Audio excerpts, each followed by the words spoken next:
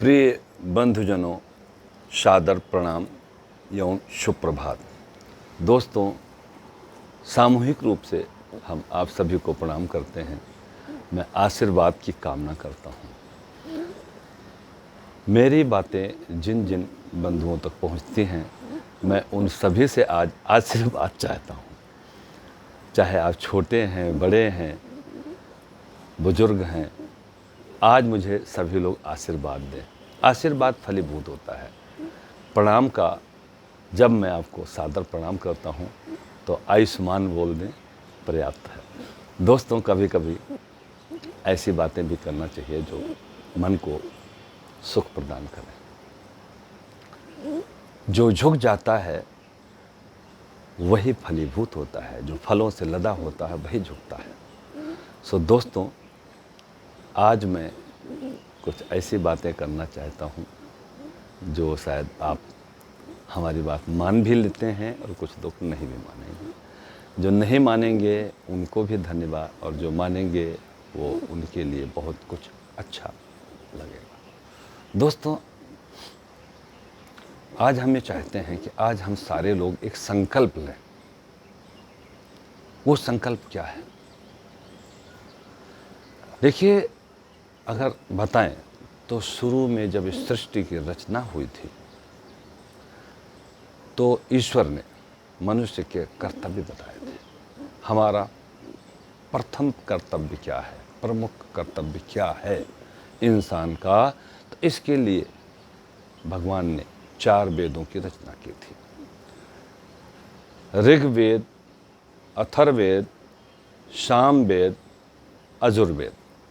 इस चारों वेदों में विस्तार से इंसान को क्या करना है, कैसा जीवन जीना चाहिए, वो सब कुछ बताया गया। ये सृष्टि क्या है, सृष्टि पे क्या क्या चीज़ें हैं, और गुरुजनों का क्या किस तरह से सम्मान करना चाहिए, माता पिता को कैसा सम्मान करना चाहिए, पत्नी को, बच्चों, मतलब सब कुछ बहुत विस्तार। वो हमारा जो ग्रंथ है, जो पुराण है, उसमें सब कुछ है। लेकिन दोस्तों, मैं ये जानता हूँ कि हम सभी लोग पुराण पढ़ नहीं पाएंगे। किसी के पास समय नहीं होगा, किसी को उपलब्ध नहीं होगा, बहुत सारी ऐसी घटनाएं हैं।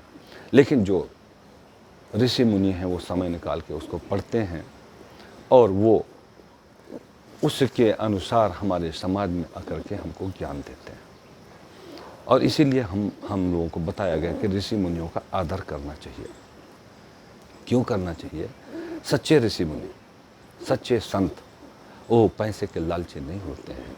वो राम रहीम और जो है रामपाल बाबा, आसाराम जी नहीं होंगे, क्योंकि इन्होंने, संत तो थे, इनके अंदर भावनाएं तो अच्छी थीं, लेकिन इन्होंने उस भावनाओं का दुरुपयोग किया।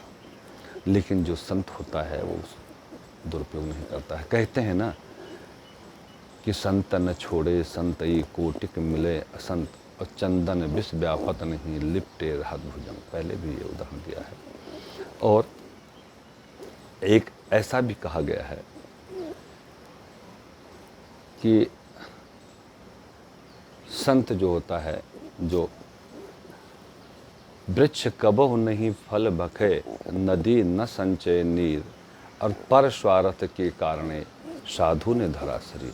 जो साधु होते हैं, जो संत होते हैं, वो दूसरों के लिए वैराग्य लेते हैं, संत बनते हैं, साधु बनते हैं कि हम दूसरों की सेवा करेंगे, उनको सद्मार्ग पे लाएंगे और हमेशा अच्छा काम करेंगे। वो अपनी वेशभूषा, अपना सब कुछ त्याग देते हैं। तो दोस्तों, ऐसे संतों की हमें पूजा करनी चाहिए, अर्चना करनी चाहिए। दोस्तों, एक उदाहरण मेरे दिमाग में आ रहा है, मैं बताना चाहूँगा। हमारे जिस भी धर्म में हम पैदा हो गए हैं, बहुत अच्छी बात है, हर धर्म का आदर करना चाहिए और उसको ससम्मान मानना चाहिए, उसके निर्देशों का पालन करना चाहिए। दोस्तों, एक सिख धर्म है। सिख धर्म में सिख को कहा गया शिष्य, आज्ञाओं का पालन करने वाला। गुरुजनों के आज्ञाओं का जो पालन करता है वही सिख है। तो दोस्तों, सिख में एक बात मैंने बड़ी विचित्र देखी है जो मुझे बहुत अच्छी लगी है, और हमें उसका अनुकरण भी करना चाहिए। आपने देखा होगा कि गुरुद्वारों में सूर एक बाहर बना होता है, एक निश्चित स्थान पे, और वहाँ लोग जाते हैं, जूते उतारते हैं और गुरुद्वारे में प्रवेश करते हैं। फिर वो पवित्र जल मिलता है उनको, हाथ धोते हैं और अपने ऊपर जल उछालते हैं, हाथ पैर मुंह धोते हैं, उनकी आत्मा पवित्र करने, वो पवित्र जलाशय होता है। और कहा गया है कि जो है, अगर आप जल ले करके आप स्नान नहीं कर सकते हैं तो अपवित्रो पवित्रो वा, ऐसे जल छिड़क देते हैं, इस मंत्र से आपका शरीर शुद्ध हो जाएगा।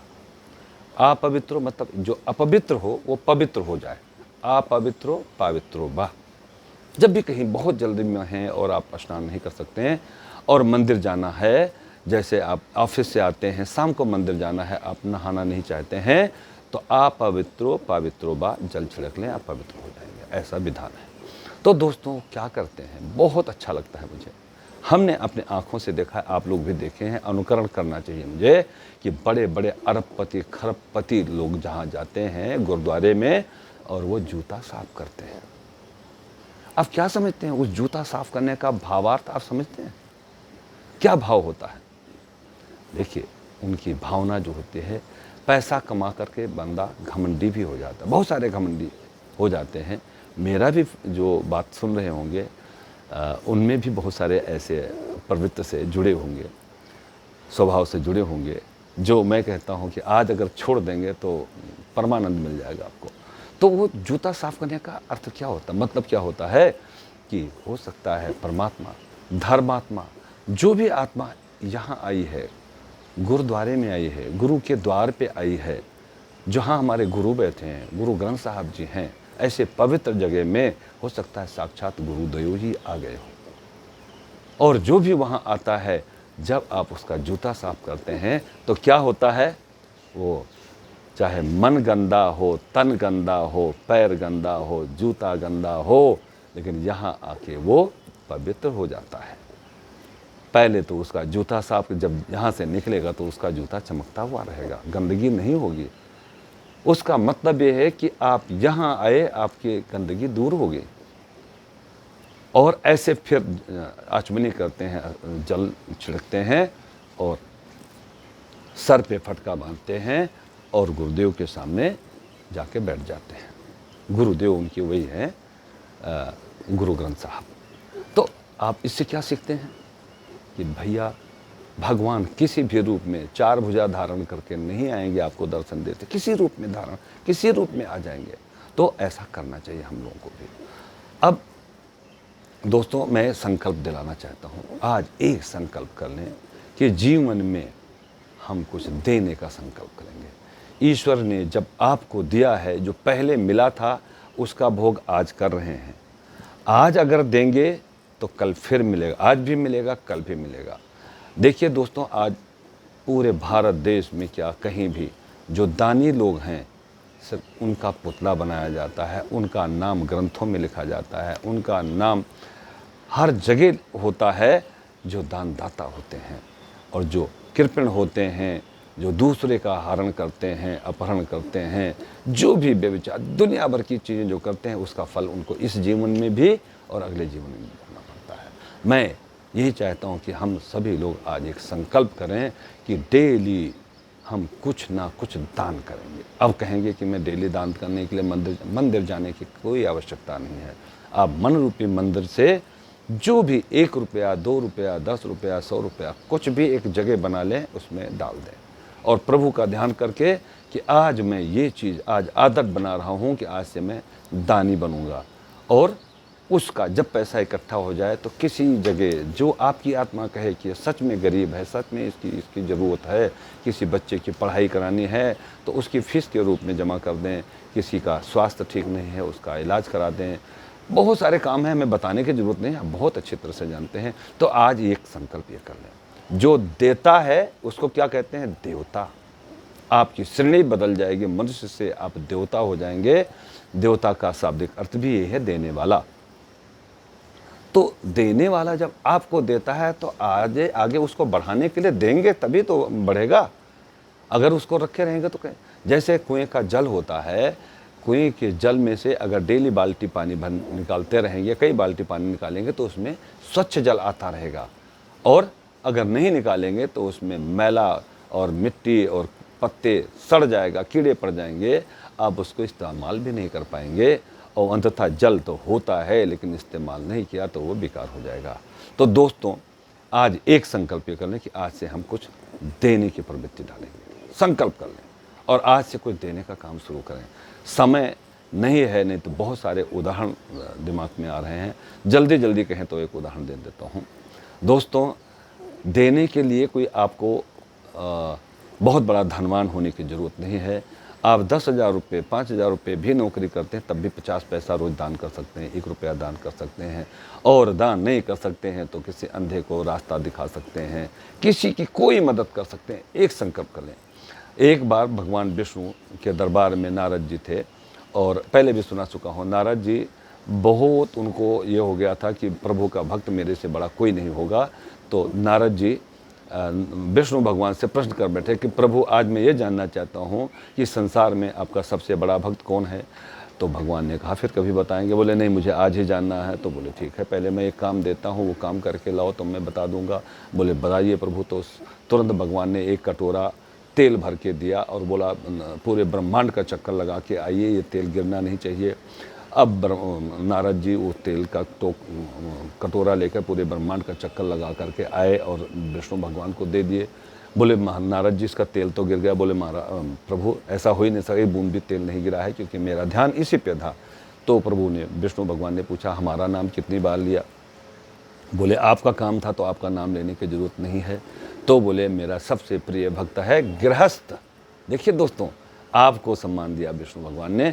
बोले गृहस्थ कैसे हो सकता है, इसका प्रमाण चाहिए। तो भगवान विष्णु और नारद जी एक पक्षी का रूप धारण करके एक पेड़ पे आके बैठे।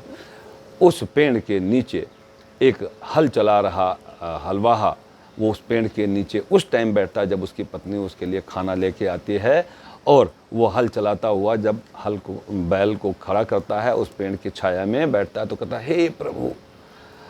फिर वो जब खाना देते हैं तो पानी उछाल करके कहता भगवान भोग लगाइए, और फिर खाना करता है जय भगवान, आप भोग लगाइए। खाना खाने के बाद फिर उठता है हे भगवान हो, फिर खेती करता है और फिर घर पे जाता है। और जब टूटी हुई चारपाई पे लेटने लगता है बैल को नादे पे लगा के, तो कहता है हे भगवान, हे परमेश्वर।